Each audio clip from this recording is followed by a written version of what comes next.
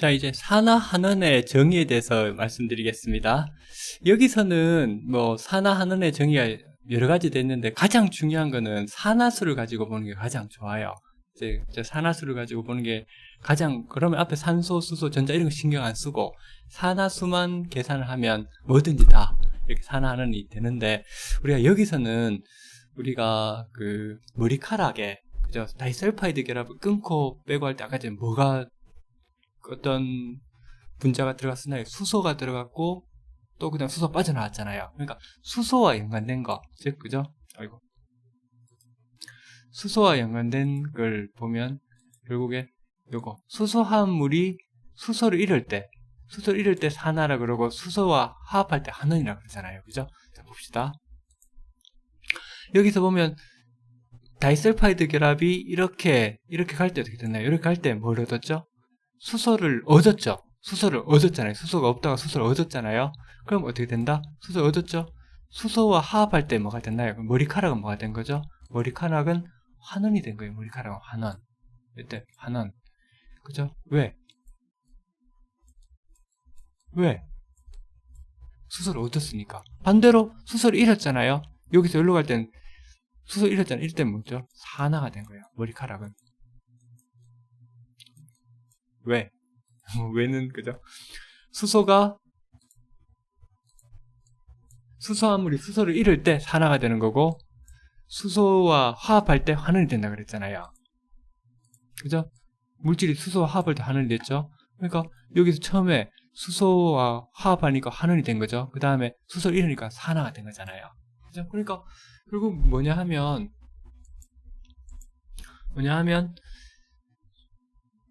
머리카락은 환원이 됐죠. 여기서 이렇게 환원이 되면 이렇게 일액을 처리해. 머리카락을 처음에 펌을 할 때 약물을 바르잖아요. 그럼 머리카락이 환원이 되잖아요. 이렇게 환원이 되잖아요. SS 결합이 끊어지고 수소하고 결합을 하니까 수소하고 화합을 하면 환원된다 그랬잖아요. 그러면 이렇게 머리카락은 환원되죠. 그래서 머리카락을 환원시키는 물질이다 해서 그 펌을 할 때 일제를 뭐라고 부른다? 일액, 일제 똑같은 말이에요. 일액, 일제를 뭐라고 부른다? 환원제라고 불러요. 환원제. 그럼 환원제는 머리카락은 환원시켜줬는데 환원제는 어떻게 되는 건가요? 본물질은 여기 수소를 주면 자기는 잃잖아요. 수소를 잃으니까 산화가 돼요. 알겠죠? 자, 정리하면 머리카락이 수소를 얻으면서 환원이 되잖아요. 일제를 하면. 그럼 환원이 되면 이렇게 머리카락을 환원시켜주는 물질을 뭐라고 부른다? 환원제. 환원제인데 환원제 자체의 정작 환원제는 어떻게 되는 거다? 본 물질은, 환원제 물질은 산화가 되는 거예요. 마찬가지로 머리카락이 또 제2제를 처리하잖아요. 이액을 처리하잖아요. 그럼 H2가 빠져나가잖아요. H를 잃게 되죠. 그럼 머리카락은 산화가 되는데 이렇게 산화시켜주는 물질을 뭐라고 부른다? 이제를 그래서 산화제라고 불러요. 산화제. 산화제라고 부르는데 산화제인데 실제로 그 물질 자체는 어떻게 되나요? 그 수소를 뺏어오잖아요. 자기는 또 결합을 해야 되잖아요. 그러니까 본인이 아니고 그 물질은 환원이 되는 거예요. 그래서 환원제는 그 물질 환원제 자체는 산화가 되는 거고, 산화제는 그 물질 자체는 환원이 되는 거예요. 그래서 그거는 절대 헷갈리면 안 됩니다, 여러분. 그래서 요거는 그 제가 지난주에 이어가지고 다시 한번 설명하는 거니까 꼭 좀 요거는 기억합시다, 여러분. 요거는 9장에 다시 나올 거니까 그때 한번 다시 살펴보도록 합시다. 자, 지금까지 이제 우리가 일반 화학적인 내용에 대해서 한번 살펴봤어요. 그죠? 그래서 이제 그 고급 이제 알코올에 대해서 살펴봅시다. 패티 알코올이라고 하는데요. 여기서 유튜브 채널을 누가 구독해 주셨네. 고맙습니다. 그래서 그 고급 알코올인데 ROH예요. ROH. 그러면 이거는 무슨 식이다? 이거는 무슨 화학식이죠? OH는 뭐죠? 알코올. 그죠? 에탄올도 CH3CH2OH잖아요. 마시는 에탄올. 그죠? 그러니까 알코올이니까 이건 OH예요. OH. 그래서 OH가 있으면 뭐다? 알코올이다. 그럼 알코올이 성질을 나타내 주잖아요. 어떤 성질을 나타내 주는 화학식이니까 뭐라고 부른다? 시성식이라고 불러요. 시성식. 그죠? 그래서 고급 알코올에는 세틸 알코올과 스테아릴 알코올과 세토스테아릴 알코올이 있고, 요거는 고상이에요. 고상 성분. 그러니까 고체예요. 고체 상태. 근데 아이소스테아릴 알코올과 옥틸도데카놀은 이름은 이거 알코올 OH기를 가지고 있지만 요거는 두 가지는 액체예요. 특히 옥틸도데카놀이라고 하는 물질은 좀 여러분들 책을 찾아서 좀 기억하기 바랍니다. 그렇죠? 그래서 제가 주로 설명을 하는데 이런 물질들을 다 설명을 하긴 그렇고요. 이런 물질이 있다는 것만 알고 넘어가고 제가 중요한 물질은 코멘트를 해줄 테니까 여러분들 책을 보면서 이렇게 공부하면 좋을 것 같아요. 옥틸도데카놀을 좀 기억하기 바라고요. 그 다음에 아이소스테아릴 알코올, 이소스테아릴 알코올이라도 부르는데 이건 액상이고요. 세토스테아릴 알코올, 스테아릴 알코올, 세틸 알코올은 다 고상인데 아이소스테아릴 알코올, 이소스테아릴 알코올은 액상이다. 이건 좀 주의해야 되고요. 세틸 알코올과 스테아릴 알코올이 두 개를 일정한 비율로 섞인 게 바로 뭐다? 세토스테아릴 알코올이고 요걸 상업명으로 뭐라고 부르냐면 라네토오예요. 그래서 요게 요런 아까 전에 수업 시작하기 전에 한번 봤었죠, 그죠? 화장품에서 가장 많이 사용하는 패티엑시드 제가 볼 때는 로션보다 크림에서 가장 많이 사용하는 물질이 가장 세토스테아릴 알코올이에요. 그래서 요거는 꼭 기억해둬야 됩니다. 요거는 반드시 기억해줘야 돼요. 요거는 그죠? 요거는 로션을 크림으로 만들 때 가장 많이 쓰는 왁스 성분이에요. 그러니까 보통 로션과 크림은 뭐죠? 로션은 물의 비중이 상대적으로 조금 크림보다는 수상의 비중이 조금 높아요. 그 다음에 로션 제형은 같은 크림하고 같은 에멀전 제형인데 로션 제형은 크림에 비해서 왁스 성분이 조금 작잖아요. 그 중에서도 로션은 흐름성이 있고 크림은 흐름성이 거의 적잖아요. 흐름성을 줄여주는 물질로 가장 효율적인 물질이 바로 뭐냐면 세토스테아릴 알코올이에요. 세토스테아릴 알코올. 그래서 세토스테아릴 알코올이 보통 로션에 한 1% 정도 들어있다고 많이 한다면 크림에 한 3% 이상 정도 그 정도 사용하면 물론 오일에 따라서 달라지겠지만 그죠? 오일의 극성에 따라서 달라지겠지만 극성이 큰 오일이 들어가면 점도가 확 떨어져요. 세토스테아릴 알코올 사용하면. 그래서 일정 성분 이상을 사용하면 로션에서 왁스 성상을 갖게 되고요. 이런 식으로 로션에서 크림을 만드는 방법은 이건 나중에 레올로즈 시간에 공부를 할 건데요. 내상의 증가. 아까 에멀션에서 내상이 증가되는 게 있었죠. 내상이 뭐다? 인터널 페이스. OW에서는 O가 내상이었죠. 그럼 오일의 함량을 증가시키면 안에 오일이 꽉 차잖아요. 꽉 차게 되면 뭐가 된다? 안에서 움직임이 안 일어나요. 그래서 로션에서 크림처럼 돼버린 거죠. 실제로 일본의 드라마틱 에센스 이건 한 20년 전 제품이니까 해도 되겠죠. D 크림이라고 할까요? 크림이 이제 이런 식으로 내상을 증가시켜가지고 크림으로 만든 게 있어요. 그래서 이런 걸 보통 HIP에서 High Interface Emulsion이라고 하는데 이런 거는 제가 나중에 에멀션 공부하면서 이야기할게요. 그 다음에 왁스를 증가시켜도 크림 형태가 되고요.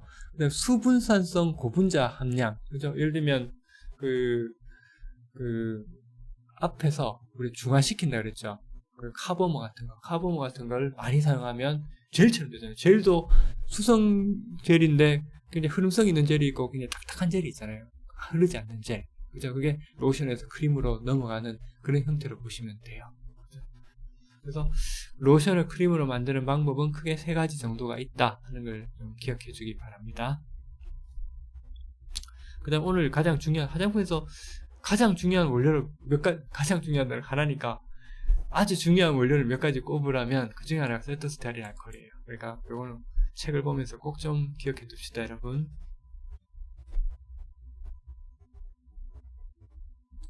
그 다음에 우리가 화장품에서 흐름성이 없는 고형 유상 성분을 왁스류라고 불렀는데 실제로 왁스는 뭐냐 하면 고급 지방산하고 고급 알코올을 반응을 시키면 그게 중화가 되잖아요. 거기서 이제 H2O가 빠져나오고 그게 에스테르 CO 결합이 생기잖아요. 그죠?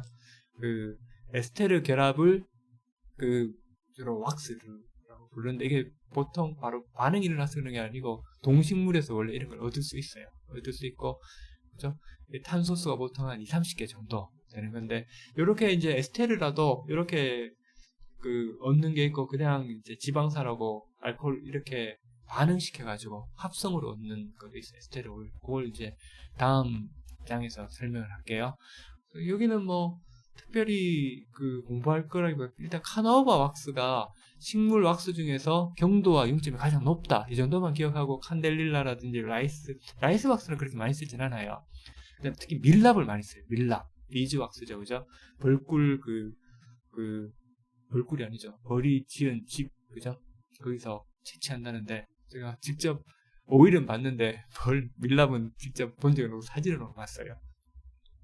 그 다음에 양모에서 라놀린. 근데 라놀린은 많이 안 써요. 왜냐하면 이게 알러지 물질, 자극 물질로 알려졌기 때문에. 제가 회사 생활할 때가 그때가 1990년대 후반, 2000년 초반인데도 그때도 라놀린을 많이 안 썼어요. 그죠? 비즈 왁스를 많이 쓰고요. 호호바 오일을 많이 쓰죠. 그 다음에 경화 피마자유도 많이 쓰고. 그래서 이 빨간 표시를 한 거는 좀 꼭 좀 기억해 주기 바라고, 그 다음에 경화 피마자유, 하이드로지네이트 캐스터 오일, 요거는 또 합성을 해가지고, 그죠? 다른 물질을 부과시켜가지고, 그래서 이제, 계면활성제, 그 중에서도 굉장히 HLB가 높은 비이온성 계면활성제를 쓰는 원료가 돼요. 그래서, 일단, 카나우바 왁스와 칸델릴라, 밀랍, 호호바 오일, 경화 피마자유, 이 정도는 뭐 완전 외울 필요는 없고, 이런 게 있구나 하는 정도만 넘어가고, 카나우바 왁스는 경도와 융점이 가장 높은 식물성 왁스구나, 이렇게 좀 생각하면 되겠습니다. 그다음에 이야기에서는 에스테르 계통 RCO, R-, 합성 오일인데, 이거는 화장품에서 굉장히 많이 써요. 그래서 이거는 그 책을 보면서 여러분들이 몇 가지는 좀 이름을 기억해 놔야 돼요. 그래서 이걸 뭐 처음부터 확실하고 다 외우면 좋은데, 그것까지는 아직 좀 어려울 거고, 단지 이게 그냥 일반적인 뭐 오일하고 비슷해요. 그냥 이런 오일하고 거의 비슷한 성상을 다 가지고 조금 더 가벼워요. 이런 것보다는 가벼운 오일인데, 대표적으로 카프릴리카프리트리글레세라이드라는 게 있고요. 옥틸도데실 미스테이트, 주로 ODM 이렇게 약자로 써요. 그다음 트리에틸 헥사노인, 그죠? 그 다음에 세틸에틸 헥사노에이트, 헥사노에이트, 그 다음에 이소세틸 미리스테이트, 헥실 라우레이트 있는데, 제가 빨간 표시해 놓은 거는 좀 이런 거는 좀 기억해 두면 좋아요. 왜냐면 많이 쓰는 거고. 물론 여기서 보면 세틸엑실 헥사노이드, 이것도 많이 쓰는 원료예요. 그래서 에스테르유는 이게 화장품에서 로션이나 크림에서 사용감을 위해서 사용한다. 그 다음에 이런 것들이 우리가 보통 합성이라 그러면 굉장히 자극이 크지 않겠나 생각하는데 의외로 안전해요. 이런 것들이. 오히려 굉장히 정제가 잘 되고 있기 때문에 이런 걸 쓰면 굉장히 사용감도 부드러워지고 고급스러워지고요. 그 다음에 또 가볍고. 그래서 이런 오일들은 화장품에서 굉장히 많이 쓰고, 또 우려하는 만큼 자극은 많이 없어요. 오히려 굉장히 안전하게 쓸 수 있는 원료고, 또 빨간 표시한 거나 CAC, 요거는 뭐 빨간 표시 안 한 것도 자주 쓰니까 에스테르유로 요거는 좀 다 기억을 해두면 좋을 것 같습니다. 기억합시다, 여러분. 실리콘유인데요. 제가 개인적으로 실리콘유를 굉장히 회사 다닐 때 많이 썼어요. 보통 실리콘유 사용감으로 3% 이렇게 사용할 때 저는 그때 15% 이렇게 한번 과도하게 사용한 적이 있었는데, 그래가지고 제가 제형을 새로운 걸 한번 만들어 본 적이 있었어요. 근데 실리콘유를 쓰면 좋은 점은 어떤 거냐면, 실리콘 오일이 굉장히 가벼워요. 특히나 디메치콘보다 사이클로메치콘, 이 원료가 굉장히 사용감이 가볍기 때문에, 이것도 D4, D5, D6 이런 타입이 있는데, 이거는 주로 거기에 비율로 섞인 걸 많이 쓰는데, 주로 분자량이 가벼운 D4 타입이 좀 더 가벼워요. 가벼운데 그건 또 휘발이 또 많이 되니까 D5가 중심이 된 그런 사이클로메치콘을 많이 사용하는데, 이런 원료들은 실제로 실리콘 오일이 물하고 굴절률이 다른 보셨던 미네랄 오일이나 이런 오일들보다 굴절률 차가 적기 때문에, 처음에 펴보셨지만 이게 빛이 꺾여서 나오잖아요. 에멀전의 표면에서 반사되는 게 아니고 꺾여서 나오는 거기 때문에 굴절률 차이가 적으면 실제로 빛이 더 깊이 있게 투과가 돼요. 그렇죠? 요거는 제가 나중에 블로그 그림을 다시 한번 더 보면서 자세하게 한번 더 설명을 할게요. 기회가 되면. 그래서 이런 사이클로메치콘 같은 경우는 이 양을 증가시키면 실제로 투명해져요. 크림 자체가. 왜? 빛이 더 깊이 있게 통과하기 때문에. 또 투명해지는 그런 효과가 있어서 눈으로 보기에도 이건 굉장히 수분감이 많이 나기 때문에 실리콘 오일들이 많이 사용된 거를 수분 크림으로 그런 제형을 많이 써요. 그러니까 수분 크림이 실제로 수분이 많냐? 이건 아니에요. 그냥 수분처럼 보인다. 왜? 굴절률이 물하고 비슷한 실리콘 오일을 사용해가지고 빛이 더 깊이 있게 투과해서 투명하게 보이는 거기 때문에 저기 좀 시각적인 걸 이용한 게 되겠죠. 그죠? 이런 실리콘 오일에는 실록산 결합이라 그래서 아까 전에 SI 봤죠? SI 어디서 봤죠? 주기율표에서 나왔잖아요. SI하고 O하고 SI하고 이렇게 결합돼 가지고 이렇게 결합된 거를 이제 실록산 결합이라 그러는데 여기는 표시가 안 돼 있지만 실리콘도 앞에서 보면 탄소하고 같은 족이잖아요. 세로를 족이라 그러거든요. 그래서 주로 이제 네 가지 원소라 그러는 원자하고 결합 가지가 4개가 돼요. 그죠? 그래서 여기서 보면 4개 이렇게 되죠. 여기서 보면 요게 끝단이에요. 요게 끝단이고 보통 고분자를 표시할 때 이렇게 해가지고 N이라고 표시해요. N. 그래서 요런 기가 반복된다. 이런 기가 반복된다는 거죠. SiO, SiO 이렇게 쭉 반복되잖아요. 그래서 디메치콘은 하나 쭉 연결된 거. 쭉 그냥 보통 우리가 탄소화합물 할 때 아로마틱, 알리파틱이라고 그러는데요. 아로마틱은 이렇게 벤젠처럼 고리를 갖는 거고, 알리파틱은 직선을 쭉 이렇게 연결되는 그런 구조를 갖는데, 이게 이제 직선 구조를 갖는 거죠. 디메치콘. 디메치콘에서 여러분들이 좀 조심해야 되는 건 100CS, 6CS라 이런 말 많이 써요. 제가 이거 잠깐 참고로 살펴보면, 이게 이제 제가 쓴 책인데요. 화장품 렐로지 책, 이건 26페이지 보면 여기 이제 운동학 점도라고 키네마틱 비스코시티라고 배우는데요. 여기 보면 제가 디메치콘의 종류를 말할 때 흔히 6CS, 100CS 등의 용어를 말하는데 바로 이게 운동학 점도를 나타낸다 되어 있잖아요. 그래서 디메치콘이 바로 뭐냐면 그리고 디메치콘의 화학 구조가 되겠죠.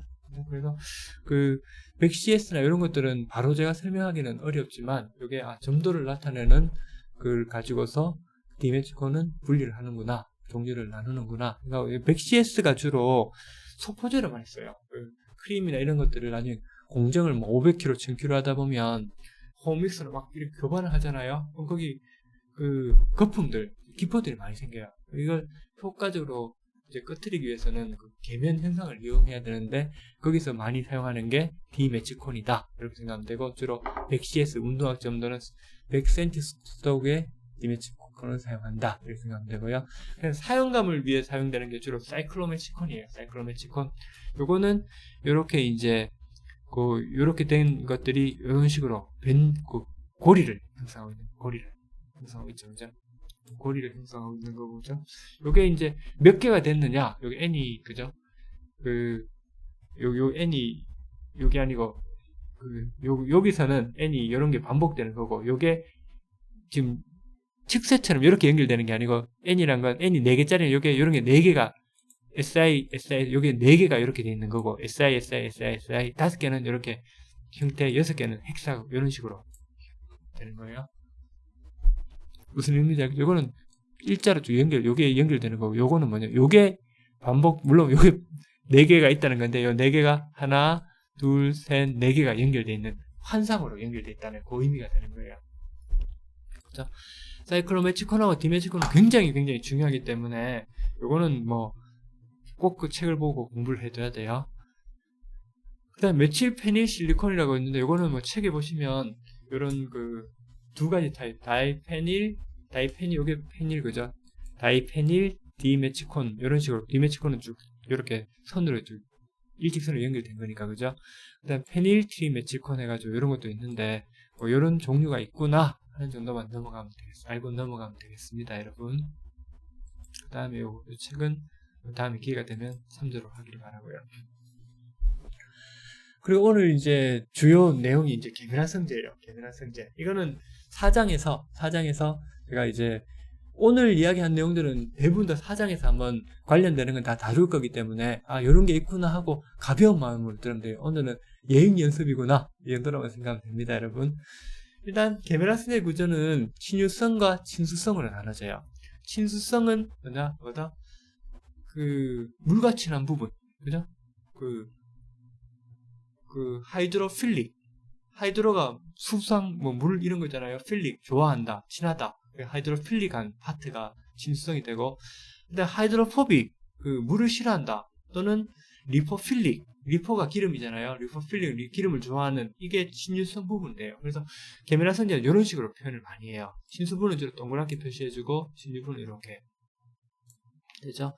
그래서 그 사장이 가서 비이온성 계면활성제를 가지고서 이제 HLB 개념이라든지 그 다음에 CMC라든지 이런 개념에 대해서 한번 살펴보도록 하겠습니다, 여러분.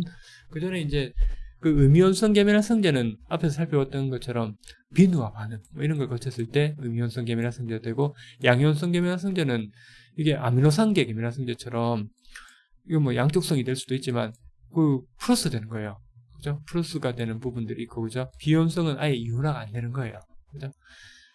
그 다음에 기타는 고분자 계면활성제가 있고, 그 다음에 천연 계면활성제 주로 레스틴 같은 거, 그죠? 그런 게 있으니까 여기서는 여러분들이 책을 읽어보면서 어떤 종류가 있구나 이런 걸 생각하고, 이제 4장에서 뭐 이용 분야가 나오는데 꼭 이렇게 되는 건 아니고요. 단 양이온성 계면활성제는 이제 주로 그 유연제, 그죠? 그 다음에 모발 같은 경우도 음이온성 계면활성제는 주로 그 샴푸, 그 다음에 양이온성 계면활성제는 린스 이런 쪽으로 생각하시면 되고, 양쪽성 계면활성제는 뭐 바디 세정제라든지 뭐 이런 쪽, 비이온성 계면활성제는 우리가 뭐 로션, 크림에 대부분 다 비이온성 계면활성제를 사용하면 된다 이렇게 생각하면 되고, 뭐 콘크리트 뭐 이런 거야 뭐 이런 게 있구나 하는 거 말면 되고, 그죠?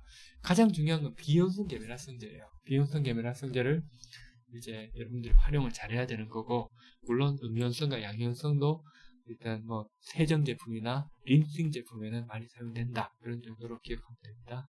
천연 계면활성제에서는 여러분들이 뭐 주로 두 가지를 많이 생각하는데, 대두에서 나오는 레스틴, 그죠? 그 다음에 사포닌 같은 성분, 그죠? 인삼에서 나오는 어떤 그런 성분들, 거기 추출하는 성분들, 이런 정도만 기억하면 되겠습니다, 여러분. 그래서 이제 오늘 과제는 뭐냐면, 오늘 과제는 그 물리적 반응 중에서 이제 가용화 제품 말고요, 유화 제품 있죠. 유화 제품에서 이제 안정성이 나빠지는 현상들이 뭔가, 이게 과제예요. 과제인데 제가 일단 다음 주까지 제출을 하라 그랬는데, 혹시나 뭐 좀 부담스러운 친구들은 다다음 주에 제출해도 돼요. 그죠? 왜냐하면 이 부분을 완전히 이해한 친구들은 다음 주까지 제출을 하기 바라고, 그러니까 며칠이었죠? 24일이었나요? 그 다음에 만약에 이게 조금 어려운 친구들은 그 다음 주까지 내길 바랍니다. 왜냐하면 과제를 이제 더 많이 이제 내진 않을 거고요. 제가 한 번 정도 더 내고 뭐 중간고사 대체로 한 번 정도 할 거니까, 이 부분은 여러분들이 그래도 꼭 다다음 주까지는 전부 제출을 하는 거고, 원칙적으로는 다음 주까지 이제 24일까지 하고, 만약에 이게 너무 어렵다 이런 친구들은 그 다음 주까지 꼭 내야 되고, 첫 주에 안 내고 두 번째에도 안 낸 친구들은 그건 좀 불이익을 받을 수 있기 때문에 웬만하면 24일까지 다 하고, 그 다음에 이해가 안 된 친구들은 그 다음 주 내더라도 불이익을 주지 않겠다 그겁니다. 자, 그래서 이제 유화 제품에서니까, 유화 제품인 안정성이 나빠지는 그게 뭐냐면, 일단 침전될 수 있어요. 왜? 이게 만약에 비중이 예상이 크다 그러면 깔아앉게 되죠. 그 다음에 만약에 이게 비중이 작다 그러면 뜨게 되죠. 작아서 깔아앉는 거를 침전이라고 부르고, 뜨는 걸 뭐라 그래도 부유라고 불러요. 침전 또는 부유 현상이 있죠. 그 다음에 이렇게 뭉글뭉글 서로 가깝게 이렇게 모이는 게 있어요. 그거를 응집이라고 불러요. 응집. 그 다음에 이 두 개가 합쳐져 가지고, 지금은 이게 여러분들이 보셔야 될 게, 입자가 커졌죠. 왜? 입자 두 개 합쳐진, 계면막이 파괴돼서 합쳐진 거예요. 커진 거예요. 합쳐지는 걸 뭐라고 부른다? 합일이라고 불러요. 합일. 합쳐진다는 거예요. 합쳐서 하나가 된다는 거예요. 그런데 여기 오스팔트 라이프닝이 있는데요. 여기서 오스팔트 라이프닝은 뭐냐면, 입자 두 개의 크기가 비슷한 같은 것들이 합쳐지는 합일이 일어나는 거를 합일이라고 불러요. 코알라센스라고 합일이라고 부르는데, 입자가 하나는 미리 합쳐져요. 크고 다른 건 작은 게 있잖아요. 큰 거와 작은 게 합쳐지는 현상을 뭐라고 부르냐 하면, 그렇게 합일이 일어나는 거를 오스트발트 라이프닝을 불러요. 구분해가지고. 알겠습니까? 왜냐하면 합일이 일어나는 속도보다 큰 것과 작은 게 일어나는 게 속도가 훨씬 빨라져요. 그죠? 그렇기 때문에 우리가 그 계명막이 파괴되는 현상은 합일과 오스트발트 라이프닝이나 두 개를 분리를 하는데 크게 침전, 부유, 응집, 합일 이 합일 안에다가 오스트발트 라이프닝을 넣어줘요. 그럼 네 가지로 보면 됩니다. 알겠습니까? 침전, 부유, 응집, 합일이에요. 그 다음에 합일에다 오스발트 라이프닝을 넣는 거예요. 그래서 네 가지로 분류한 걸 여러분들이 정리해서 과제로 제출하면 됩니다. 온라인으로. 뭐 예를 들면 침전, 응집, 합일, 오스발트 라이프닝 이런 네 가지를 하면 제 강의를 안 들은 겁니다. 알겠죠? 그죠? 그래서 그 정도만 그 나타나는 현상들에서 이제 살펴봤습니다, 여러분. 그래서 이제 그 물과 관련된 거는 그 계면활성제가 가장 중요했고 이제 물이나 에탄올이나 오늘 그 글리세린 같은 것도 간단하게 설명하려고 했는데 그거는 굉장히 좀 짧은 내용이고요. 오늘 요까지 수업을 하고요. 다음 시간에 제품의 안정성이 나타나는 현상들을 공부했잖아요. 그럼 여러분들이 요까지 숙제를 마치고 정리하고 있다가 다음 시간에는 요 장표부터 보여줄게요. 여기서부터 이 현상들이 왜 이제 나빠지는 원인이 뭔가, 그죠? 그 다음에 이제 수상을 공부하고 폴리머를 고분자 물질을 공부하고 이렇게 이제 수업을 진행하도록 하겠습니다, 여러분. 그리고 혹시나 여러분들이 수업을 듣다가 궁금한 게 있으면 뭐 카톡이라든지 아니면 제 학교 그 한이톡 이런 거 있잖아요.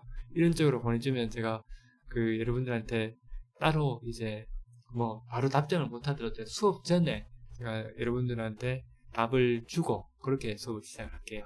그리고 지금 진도는 제가 이 부분에 좀 더 집중을 하려고 해요. 그 소재 부분하고 안정성 부분하고 품질 관리가 다 맞닿은 부분이고 이게 또 그 맞춤 화장품 조제 관리사 하는데도 이게 핵심 부분이 될 수 있기 때문에 여러분들이 이 부분에 대해서 좀 이해하려고 노력해 주기 바라고 또 이 부분을 더 열심히 해두면 나머지 내용들은 굉장히 이해하기가 편할 거예요, 여러분. 특히나 이제 오늘 공부했었던 내용들 중에서 특히 뭐 계면활성제 부분이라든지 그 다음에 운동학점도 이런 거는 여러분들 요 부분은 참조로만 하기 바랍니다. 이런 것들은 여러분들이 좀 캡처를 하든지 해가지고 한번 읽어보면 좋아요. 그죠? 그래서 이런 게 있구나 하는 걸 좀 기억하고 특히나 여기 디메치곤, 사이클로메치곤 그 다음에 에스테르유 중 이런 오일들도 화장품에서 굉장히 많이 쓰고요. 그죠? 그래서 오늘 공부했던 내용들은 이런 그 로션이나 크림 같은 유화 제품을 만들 때 가용화 제품은 완전히 이제 열역학적으로 평이기 때문에 이게 뭐 분리가 되거나 이런 염려는 없어요. 동일한 온도에서. 그죠? 석출이나 침전 같은 걸 신경을 쓰면 되는 거고 유화 제품이 특히나 이런 물과 기름이 분리되는 궁극적으로 이렇게 세퍼레이션이 일어나잖아요. 세퍼레이션이 일어나면 물하고 기름을 항상 우리가 보습을 위해서 같이 발라야 되는데 이게 다른 비율로 바르게 되면 이거는 보습의 화장품 기본 원칙을 저버리는 그런 현상이기 때문에 이 분리를 막아주기 위한 그게 굉장히 중요하고요. 그러기 위해서 우리가 이런 오일에는 어떤 원료가 들어가고 물에는 어떤 원료가 들어가고 또 오일에서도 그 오일 부분 그 액상인 건 어떻게 들어가고 또 고상 왁스 성분들은 또 어떤 게 들어가고 또 계면활성제는 또 어떤 게 들어가는지를 잘 유기적으로 생각을 해야 돼요. 왜? 이건 다 물리적인 반응이기 때문에 물리적으로 섞여 있는 것들이기 때문에 이걸 분리 속도를 늦춰주는 게 바로 화장품 안정성 평가 품질 관리의 핵심이 되는 거예요. 분리되는 속도. 보통 우리가 뭐 화장품 사용 기간 이런 것들을 보통 2년, 3년이라고 그러잖아요. 그동안 그 물과 기름이 분리되지 않고 유지되도록 하는 그게 바로 품질 관리다. 이렇게 생각하면 됩니다, 여러분. 그래서 오늘은 이제 이 과제 설명을 하는 걸로 마치고 여러분들 또 건강 유의하면서 즐거운 마음으로 또 한 주 잘 보내고 빨리 좀 대면 강의가 돼서 더 즐겁게 좀 수업할 수 있는 날이 오면 좋겠습니다. 여러분 또 다음 주에 또 만납시다. 고맙습니다.